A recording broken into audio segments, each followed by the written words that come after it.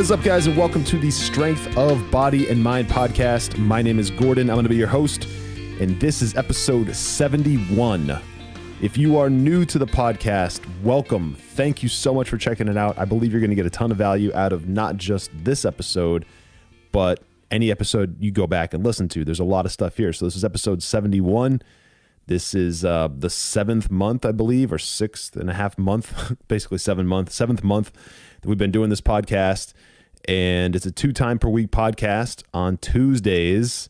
The day that this one is going to air is we always have a physical based podcast, something about the body, something physical based. So it could be weight training related, could be nutrition related, it could be supplementation related, it could be very specific exercise related, muscle group related, whatever, something like that.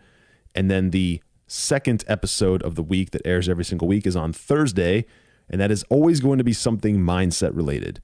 Okay, as it pertains to fitness, something mindset related, possibly vision, possibly visualization, possibly positivity, right? Your perspective on things and how positivity can affect your ability to reach new goals in the gym and stay focused and stay motivated and stay inspired and find ways to generate accountability and things like that. So there's a 2 per week podcast every Tuesday and every Thursday. So if you're new to the podcast, again, thank you so much for checking it out. I do have an opportunity here for you to win one of 4 $50 Amazon gift cards. Now, this is going to be only taking place in the month of December 2018 as we wrap up the end of the year. So there's a 3-step process to get this. Okay, a 3-step process that'll take you a couple of minutes. And if you follow that process, you will be entered into the contest to win one of 4 $50 Amazon gift cards. So what do you need to do? First, step 1, go over to iTunes and leave me a review. Leave this podcast a review on iTunes. Okay, that's step 1. Step 2, screenshot the review with your phone. Okay, chances are you're going to be using your phone while you do this. So screenshot the review. And then step 3, go into either Instagram or Facebook and post the screenshot. Tag me, tag one friend, and that's it. That's all you need to do. I will see it. I will enter you into the contest, and you'll be notified in January if you are a winner. For a second entry, all you need to do is post on the social media platform that you didn't post on the first time. So if you post on Instagram, right, that'll get you entered once. Then go ahead and post on Facebook. That'll get you entered twice, or vice versa. So if you post on both, you'll be entered twice. And that's it, guys. And the more you do that, okay, the more you help me do that, you are spreading. So this is like a selfless move on your part, because what you're doing is you are spreading awareness, not just about the podcast, but about all the concepts we talk about. Okay. This podcast is not loaded with ads or anything. There's not a monetization stream here. This is just for educational purposes. So the more that you spread awareness about these things, the more you are helping other people. Okay, the more you are helping other people. So if you want to give back and at the same time possibly win a $50 gift card to Amazon to spend on anything, this is a way to do it. It'll take you a couple minutes, and it's a win-win-win across the board. You win, right? I win, and the recipient who is exposed to this podcast wins just by having another source of education, another source of knowledge, another source of information sent to them, right? Referred to them by a friend, by you, of where they can go to learn more about fitness, learn more about nutrition, learn more about training, learn more about mindset around all these things. So that's it. Now, what is this podcast episode going to be about? I'm going to dive in to how to build a stronger, bigger, more muscular back. Okay, we all have a back, obviously. And the reason I'm dedicating an entire episode to the back is because I get asked about it a lot. Okay, I get asked about it a lot, and I see a lot of people who want a bigger back. They want a stronger back. This is men and women. They want a stronger back. They want a more defined back. They want something that they can be proud of, because the back makes up such a big part of the upper body, and they don't know how to train it properly. So I'm going to get into a lot of fundamentals around how to build a bigger back, not just specific exercises, but things you need to know about how to build the back. And then I'm going to identify some exercises that are critical for building those muscle groups, because it's not just one muscle group. All right, it's a muscle group, but it's not just one muscle group. Okay, there are multiple back there, and there are ways to train that make the back look more defined and be stronger that are probably go against ways and things that you might think about how to build the back. And by the way, some of the principles that we're going to talk about here, some of the high level principles, not the actual, like, here's the lift to do and here's how you hold it and here's how many times you do it, but the actual, like, the big picture principles, they apply to all of the major muscle groups. Okay, all of the major muscle groups. So the overarching thing to think about when you think about building a stronger back and a bigger back, and by the way, some of the benefits of having a bigger back and having a stronger back aren't just to be able to lift more weight in the gym, and they aren't just to have aesthetics of having like a V shape. Because if you think about people who have a strong, well-defined back, both men and women, both in the, let's say, competitive realm, powerlifting, bodybuilding, whatever, CrossFit, but also just like women that you find attractive and men that you might find attractive, or men and women that you would look at and say, they have a nice physique. They have a well-built physique. They have a physique that they've put time into and energy into building into something that is attractive. Okay. When you think about those things, if you think about it right now, visualize it, one of the key iconic pieces of having a built up back, a stronger back, a more defined back, is having a V shape, right? Now it could be an extreme V shape if you are into extremely competitive powerlifting or extremely competitive bodybuilding. Then you might want that V to be very, very, very pronounced, meaning you have a thinner waist, a more narrow waist, like an extremely narrow waist in some cases. And then from the waist up is just this complete like 45-degree outward angle coming out of either side of the waist, right? Just going almost straight out 45 degrees all the way up into the shoulders, right? So now you have this very pronounced V, and that is a very desired trait if you are into bodybuilding. And the reason for that is because it indicates that you have very, very, very built up lats, okay? Lats are like the main muscle group in the back. It also indicates that the traps with the trapezius, which is the upper muscle group in the back, which is really kind of the shoulders, right? But it also travels down the middle of the back and supports the spine, that is also built up. And then it also indicates that the delts, right? The deltoids are also built up, which is really also, again, a shoulder muscle group. But they all play together so much that they aren't mutually exclusive from each other. There are ways to target them for sure, but they are synergists to each other in almost every aspect. So anyway, that V shape, if you think about that, if it's very pronounced in the competitive power bodybuilding world, and then in the powerlifting world, just as a byproduct of lifting such heavy weights, that same V shape becomes achieved. Now, typically powerlifters don't carry as low of a body fat percent as competitive bodybuilders, and therefore that V might not look as pronounced. Okay, all the striations and little definition details that you would see in a bodybuilder won't necessarily show up in most powerlifters. Okay, I'm talking purely from an aesthetic standpoint, but they still build up that V shape just because they're lifting so much weight and they're building up their back and they're building up their shoulders. And typically their waist just isn't going to scale along with the muscle groups that they're building because they're lifting so much weight. Either way, they're going to still have that V shape. Now, if you look at someone who is not in either one of those categories, okay, just a fitness model or even just someone who you think is fit, all right, who is fit, they have a V shape. It's less pronounced, but they have a V shape. They have whatever their waist size is, a more narrow waist size, probably because they live a fitness lifestyle, because they are a fitness influencer or a trainer or whatever, they have a more narrow waist, right? Because they're fit. And then they're going to have some size in their back and some size in their shoulders. And because of that, they're going to have a V shape. So it's a telltale indication that someone is fit if they have that shape. Whether you've thought about it or not in the past, hopefully going forward, you do think about it and it's something that you at least consider for a second. That's a telltale sign that someone has some level of fitness in their life on a regular basis and they have a built up strong back. Now, people who have that trait, people who have a built up back, people who have a strong back, people who put time into building their back, they do more than just build their back. What they're also doing is they are, in a roundabout way, making their entire upper body look built up.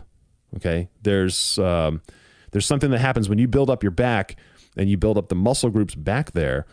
You pull the skin, like this is kind of a next level thing, but you pull the skin a little bit tighter just as a result, just as a byproduct of having muscle in your back. You pull the skin a little bit tighter around your midsection. You pull the skin a little bit tighter around the upper body. So, obviously you're on your back at this point, but it pulls the skin a little bit more tightly around the chest as well, just because you don't really grow more skin just because you're building more muscle. Instead, you pull the skin a little tighter. And because you pull the skin a little tighter, now the chest looks a little bit more pronounced. The chest looks a little bit more built up. And then at the same time, think about the shoulders, okay? Think about the traps. Think about the delts, right? The deltoids, which is that muscle group that connects your shoulder around your neck, which is the traps, to your biceps and triceps, which is your arm. It's that muscle group right in the middle, right between those.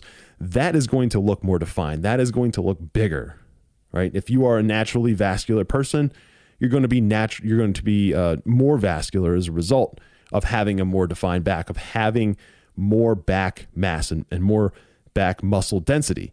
So those are the things that happen as a result of lifting to build a bigger back, all right? Or doing exercises, doing workouts, doing things to build a bigger, stronger back. Now, again, there are so many reasons why people want the aesthetic of a bigger back and a more strong, defined back. But let's think about the functional aspect of having a stronger back. All right, maybe you work in construction. Maybe you don't. I don't know. Maybe you work in a cubicle. Maybe you are a fireman, or maybe you work in an automobile repair shop or something like that, like a car repair place or a garage, right? Or something like that. You're a mechanic. I don't know. But whatever it is, if you have any job that requires you to lift things, either off the ground or off of a bench or move them from one bench to another or whatever, you need the strength of your back to do that. Sometimes it's minor, sometimes it's major. If you have to bend over to pick something up, think about this. If you really break down the movement of bending over to pick an object up off the ground, right? You're bending at the hips, so you're bending at the waist. And whether or not you're locking your knees or whatever, it doesn't matter. If you're bending over to pick something up, as soon as you wrap your hands around it or put your hands underneath it or whatever, you grab hold of the thing that you're trying to pick up and you start lifting it away from the earth, right? You're probably bending your hips and you're lifting with your legs. Hopefully you're driving through your heels, whatever, but you're lifting it away from the earth. What is happening as far as your upper body goes is your core is contracting. Even if it's just a little bit, your core is contracting. So all of your abdominals are contracting and you are contracting very likely your lats or latissimus, however you want to say it. Everyone says it a little differently. Your latissimus dorsi. You are contracting your lats, okay? Which is like the muscle group beneath your arms on your back. It's like the lower half of your back.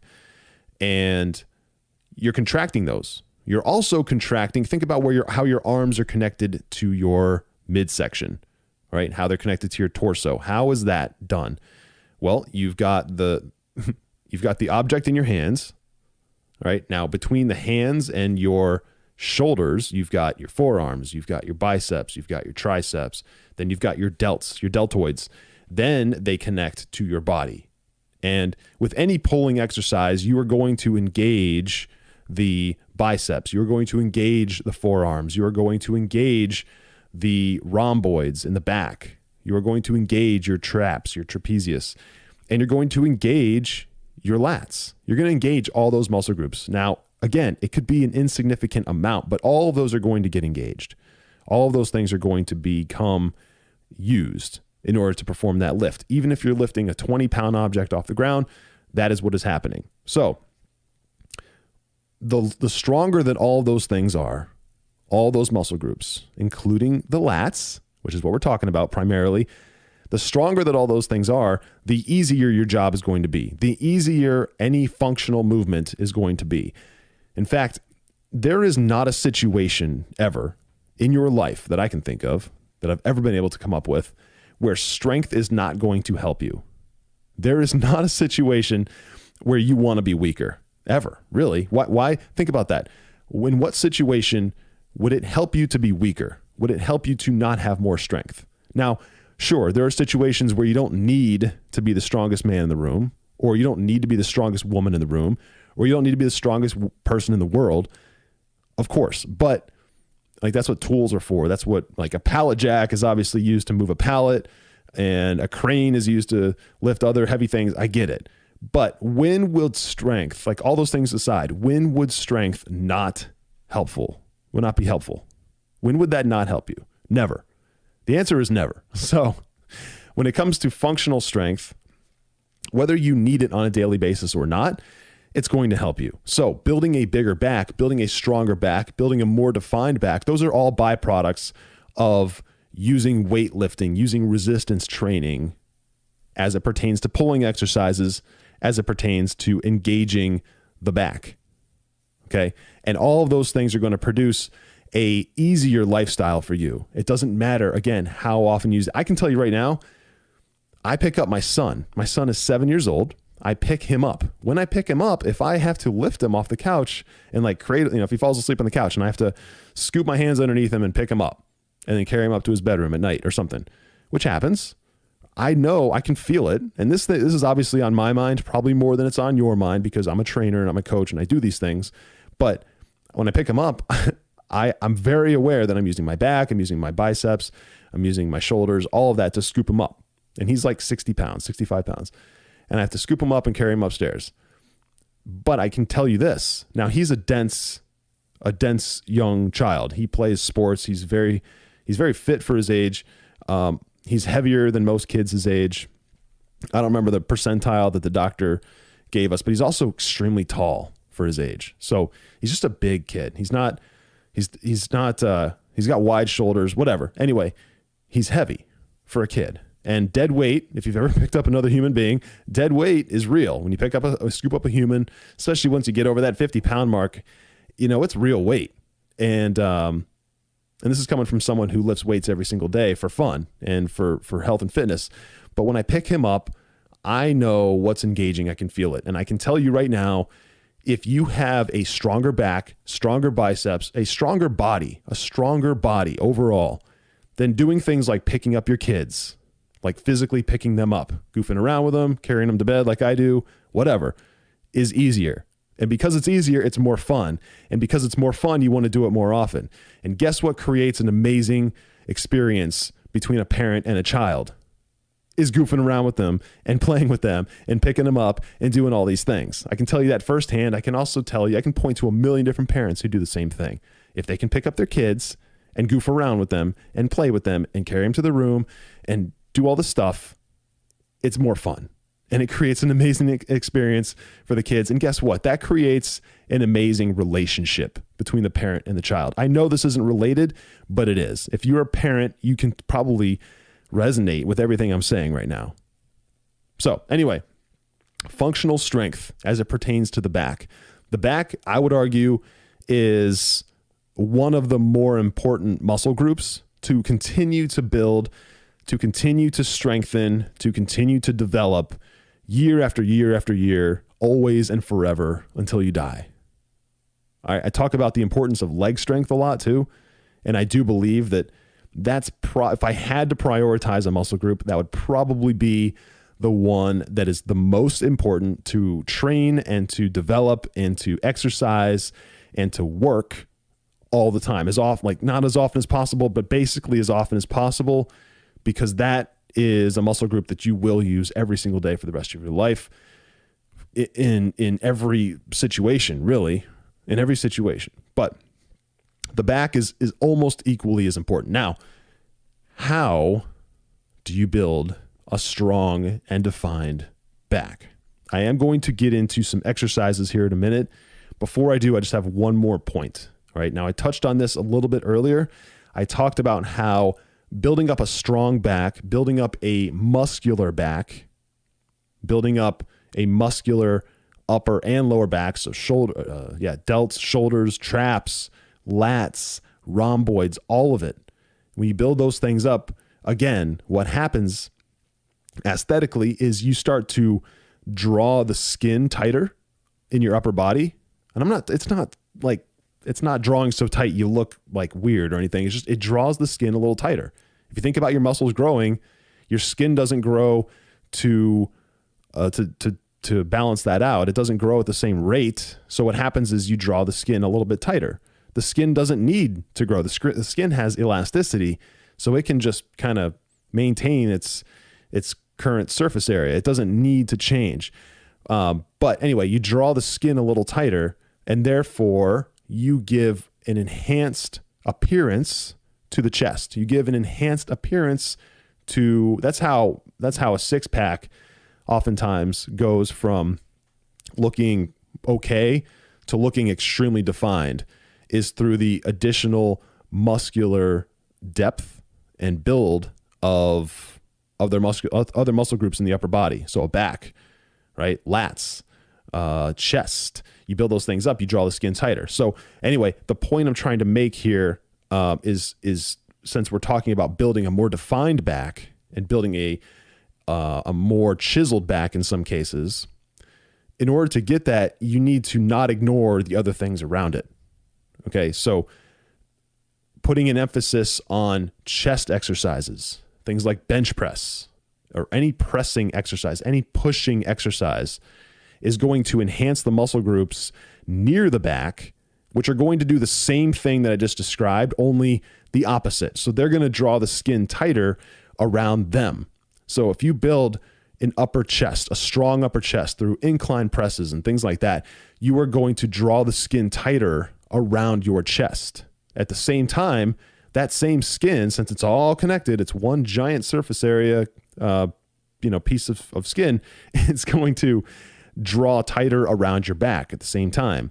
It's going to draw tighter around your core, around your abs. It's going to draw tighter around your lats. So as a result, all of those little striations and all of those little details in the muscle definition that you want to see, that you're trying to see, those become more visible the more you put energy into building muscle everywhere.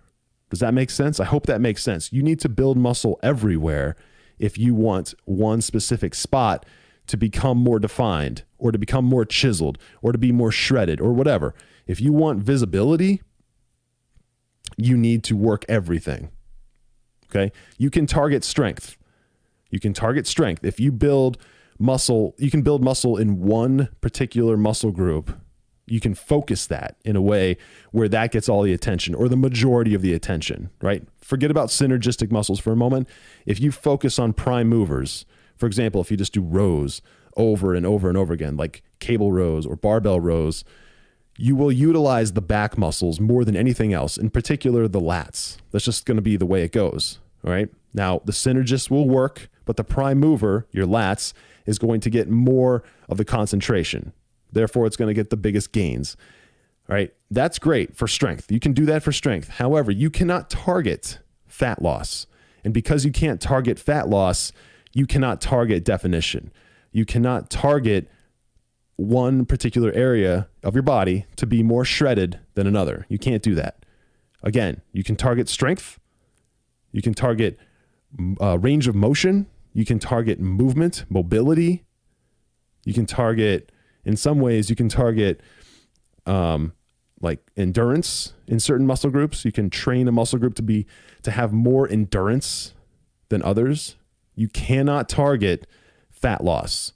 Fat loss happens across the entire body at once.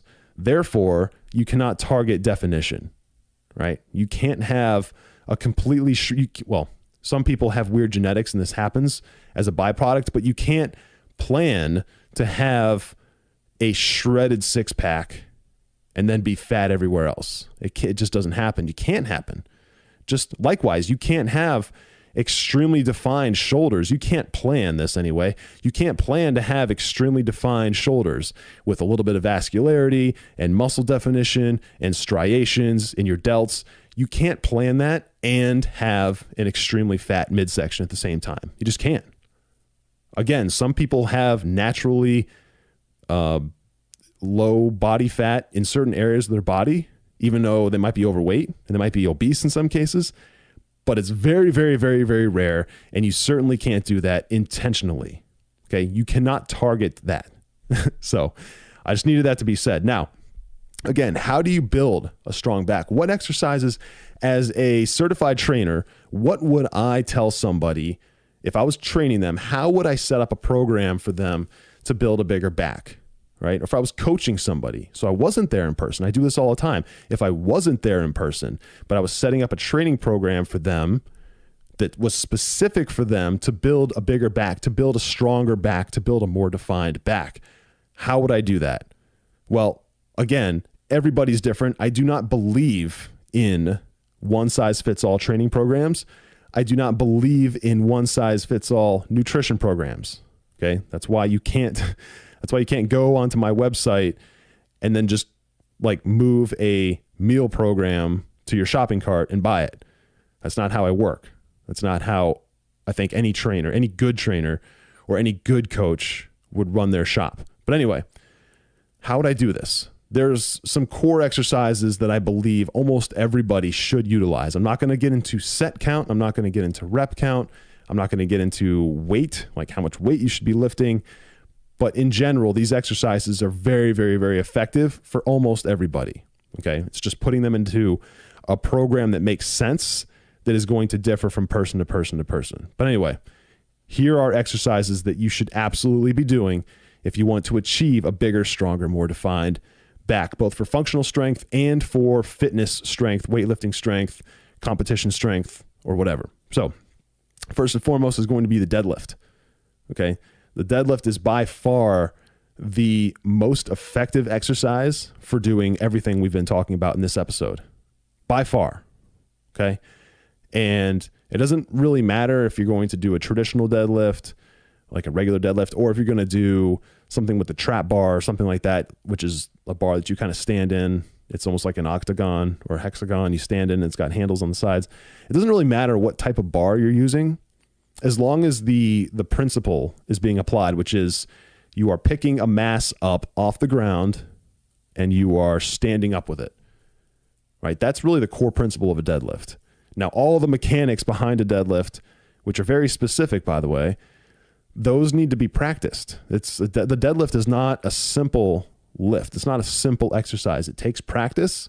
There's a lot of little nuances to it that you can't necessarily tell from looking at, unless you really read about them or hear about them and watch somebody do it a couple times and then practice it. Ultimately, it comes down to practice. But anyway, the deadlift is super important because when you drive through the heels to lift that mass up off of the ground from a rest, obviously you're engaging your hamstrings, you're engaging your glutes because you're driving through your heels, which is your legs.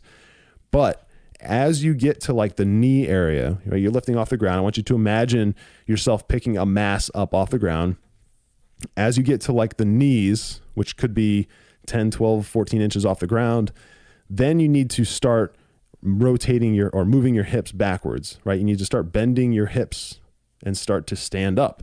And as you do that, all of the load that you're trying to lift goes from your legs, which you were using, to now your back, because now you need to really engage your core. Now you need to really engage your lats. Now you need to really engage your arms because you're holding on to this mass.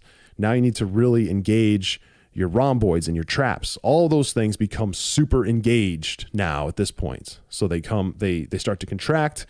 And the more you stand up as you get to the end of the lift, because the lift ends when you are standing up completely. Right? And the mass is usually around your waist. You're just kind of holding it around your waist. Your arms are elongated.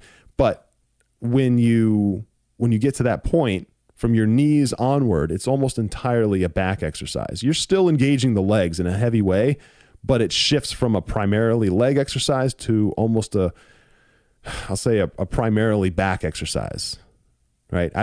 I hesitate to put percentages to it, but I want you to imagine it kind of like this.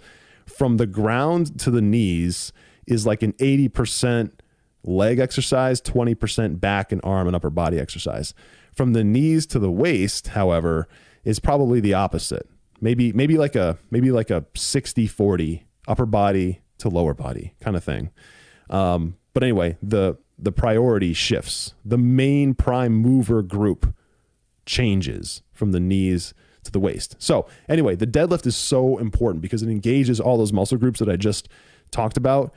And the ones that get hit the most are the legs and then the back, the lats. But they get hit in such a targeted way, an overall way where you're not using just one muscle group in the back. You're using everything. Because you're using everything in this compound lift, you're putting so much more emphasis on the entire package, so much more stress on the entire package that they can't not grow. They cannot they can't not contract, and they can't not strengthen as a result of doing this exercise. It's one of the most important exercises for a lot of muscle groups, primarily the back. So that's the one I'm going to talk about the most. That's the one I'm going to always recommend pretty much to everybody. Now, if you have an injury and you can't do a regular deadlift with a barbell, that's fine. You can use a trap bar. If you can't use the trap bar, that's fine. You can actually deadlift with dumbbells. You can deadlift with a Smith machine if you really have to. You can find ways to do it. But the bottom line is this: you're picking a mass up off of the ground and then you're putting it back down. It's like the true epitome of weightlifting, picking things up and putting them down. This is like old school. This goes back to like the very origin of weightlifting and people building strength, like Roman warrior type stuff. You're picking things up, you're putting them back down. You're doing that over and over and over and over again. Back in the day, they used to do this with rocks. They used to do this with huge boulders. They used to do this with logs. Obviously, we don't need to do that anymore. But if you are into CrossFit, you're probably doing this with medicine balls. You're probably doing this with kettlebells and stuff like that. If you're more into bodybuilding, you're probably doing this with barbells. You're probably doing this with dumbbells. You're probably doing this with a Smith machine. Powerlifting, almost exclusively trap bar and the regular barbell. Okay, but the principles are the same. You're picking something up off the ground, you're standing up with it, and then you're putting it back down. You do that over and over and over again, guess what gets built? Your back. Guess what else gets built? Your legs. But your entire upper body gets stronger as a result of doing this, which is going to give you what this podcast is all about, which is a stronger, more defined, more muscular back. So the other, I'd say the second most important exercise for building a back, which I would encourage every single person on planet Earth to do, is a pull-up. Okay, a pull-up. Do a pull-up. Body weight pull-ups are, if possible. Now, most people, and this is okay, by the way, most people start off in fitness not being able to do a body weight pull-up. They cannot pull their body weight up. They can't do it. And that's okay. You got to be willing to be okay with that at first. That's okay. And the reason you can't do it is because your body is, your back is not strong enough. And that's, again, that's okay. The whole point is to get to the point where you can do that, to get to a place where you can lift your body weight. You can pull your body weight up. Okay. So that's why it's like a core exercise and boot camp and stuff like that. Is that they want people to be able to lift their body weight. They want to be able to pull their body weight up. So pull-ups are so incredibly important. And if you get to the point where you can do sets of 10 or 12 or 15 or 20 pull-ups, guess what? The thing that's holding you back from building even more strength and more definition and more size in that back is not doing more pull-ups with your body weight. That is not the thing that's going to get you there. What's going to get you there is adding weight to those pull-ups. Okay, using a weight belt and then chaining on a 25-pound weight or a 45-pound plate. Or if you're really strong, you've been really doing this for a while, get to that point where you're doing 2 45-pound plates. Guess what's that's going to do? That is going to build your back so incredibly strong and big over a short period of time, like a year or two. You're going to put on so much mass by adding weight to your pull-up because you're doing something that is so unconventional, so not typical, so uncommon, right? I talk about that all the time. If you want to build a big, defined, strong V like back, you need to do things that are not typical and not traditional and not conventional and not common, because that is what that result is. That result is not common. That result is not typical. So instead of just doing body weight pull-ups, once you get to the point where you can do several of them, start adding on weight. Okay. Now I'm going to rattle through some other exercises that I always consider. There's a couple at the end that I'll talk about more specifically, but these exercises I sprinkle in and out of my routines. I sprinkle in and out of my clients' routines all the time. Again, not going to talk about weights or sets, just the specific exercise itself. So bent over dumbbell rows, I use these a lot. I think they're incredibly powerful for building mass and strength. Those are one-handed, by the way, so you do one at a time. Bent over barbell rows. This is a bent over row with a barbell. It's basically the same thing as a dumbbell row, except you're using both hands and you're using the entire barbell. That's another huge exercise for building size and strength. Seated cable rows. Most of you guys know what this is. I do variations of one hand and two hand seated cable rows. I think those are incredibly powerful. Seated wide grip pull downs. So this is similar to doing a pull-up, okay?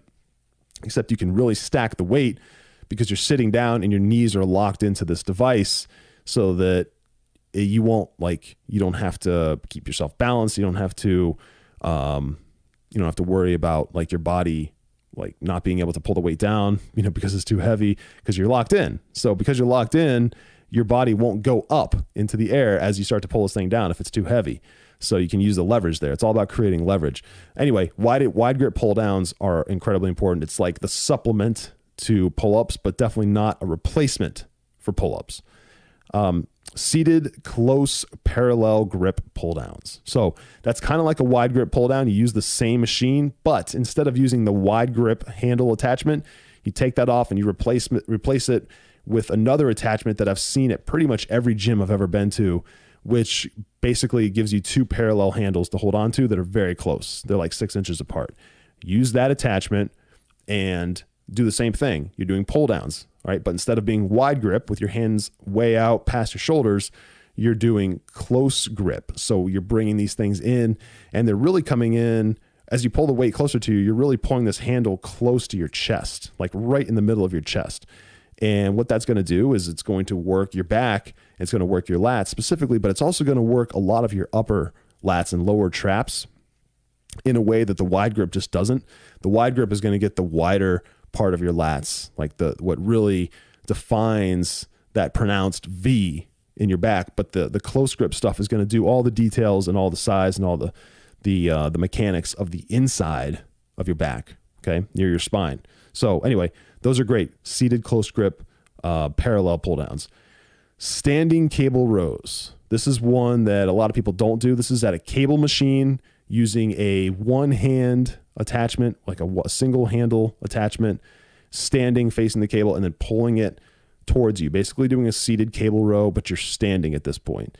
And you're going to want the weight positioned on the cable machine right around your middle of your midsection, like between your sternum and your belly button.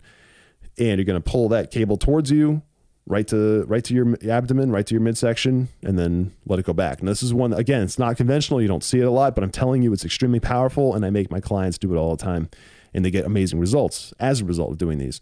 And now here are some things. Here are 2 exercises that are also unconventional, but they're incredibly powerful for building that definition and incredibly powerful for building endurance and dynamic range of motion and mobility.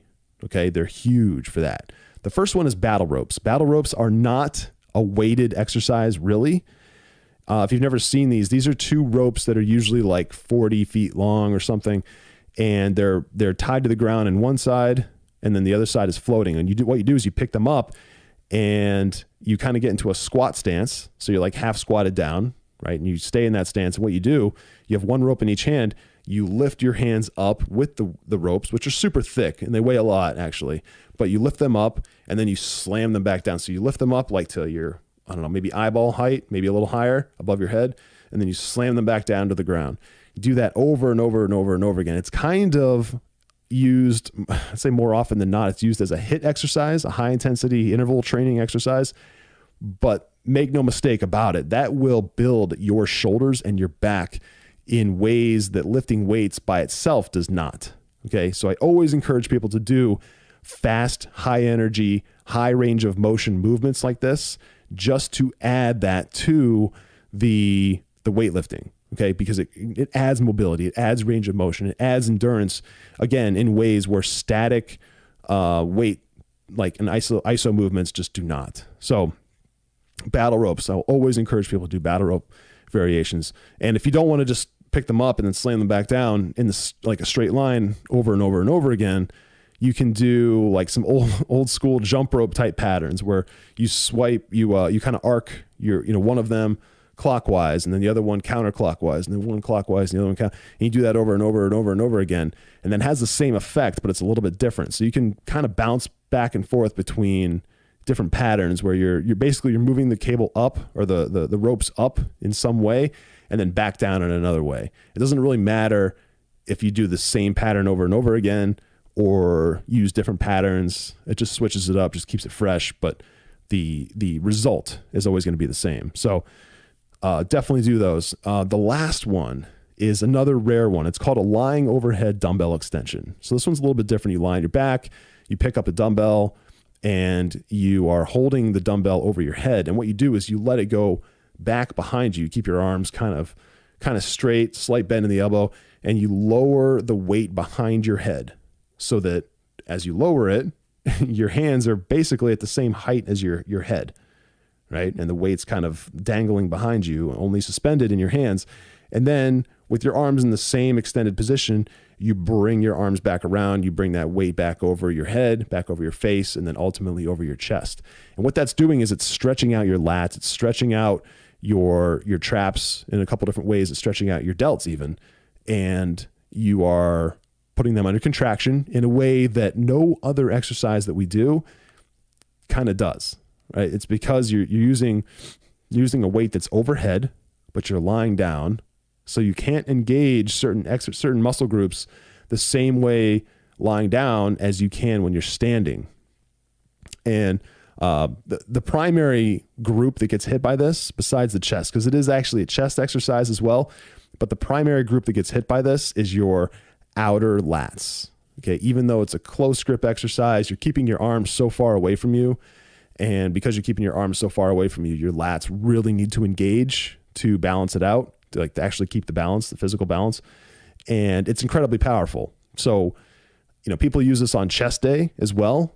It's kind of a 50-50 split, but I'm telling you, as far as the back goes, this exercise, if you're not already doing it, and you start incorporating it, give it a good 3 to 6 months of doing this like every week or every other week, and you will see results. You will see results that are different than whatever exercises you're doing now, just because it hits your back in a way, especially those outer lats, like I said, that don't normally get hit through most conventional exercises. Okay. So one last tip I want to give to everybody for back exercises. Since back exercises are pulls, when it comes to grip, this is something I talk about all the time to my clients and people I'm training, but when it comes to grip, it's super important that you try to get these two things used, or these two things implemented and put into practice for every single exercise, for every pull exercise. Okay. Do not wrap your thumb around the same direction of, on the bar as your index finger and your other fingers. Okay. When you are doing a pull exercise, it's very important that you wrap your thumb around the opposite direction. Okay. So you've got your index, your pinky, your ring finger, middle finger, all going around one direction. Let's just say clockwise, depending on how you're looking at the bar. Those are going clockwise around the bar. Your thumb needs to be going counterclockwise around the bar. Okay. You want that thumb to be around. If you do that, right? If you wrap your thumbs around in the opposite direction, what you're doing is you're engaging part of your forearms that would not normally become engaged. And it's going to make the lift easier and more controllable. I'm talking specifically for pulling exercises. You're also going to get more out of it because you're going to be able to, you're going to be more efficient with the lift. You're not going to have to strain as much. You're not going to have to demand as much from your synergistic muscle groups. Okay.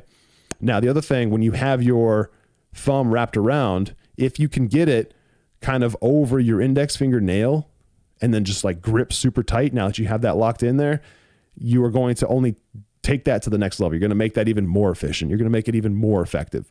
That's just kind of like a little pro tip I like to give people when it comes to pulling exercises. It does make a massive difference. And if you're calling BS on me, that's fine. I encourage you to try it. Try both in the same day, or do one back day, one pull day with your thumb in the same direction, and then do another pull day with your thumb going the opposite direction. I think you'll agree with me.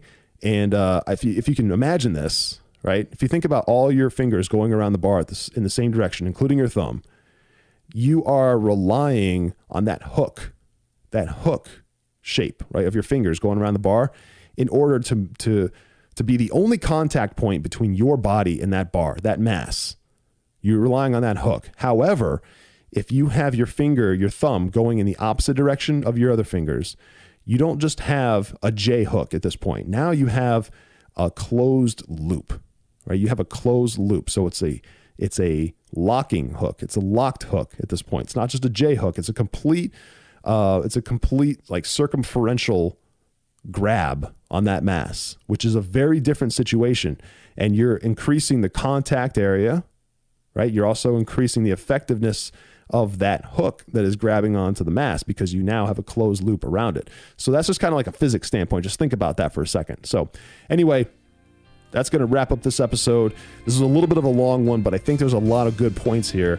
And it doesn't matter what your goal is. There's never going to be a situation where having a stronger, more defined back is going to hurt you. So I encourage everybody to make back exercises and pull exercises in general a critical and staple part of whatever it is program they're following and doing. So one more time, if you do want a chance to win a $50 gift card to Amazon, do 3 things, right? 3-step process, super simple. Go to iTunes, leave me a review in iTunes for this podcast, screenshot the review, and then post that review in either Instagram stories or Facebook stories or as a regular post, it doesn't matter, and tag me and one other friend. That's it. Do those things. You will be automatically entered. If you do them both, you'll be entered twice, and I will announce the winners in January. So thank you guys so much for listening. I appreciate it. I appreciate you more than you think. And don't forget, as always, train with purpose, especially your back, since we're talking about the back today. And I will talk to you in the next episode. Take care.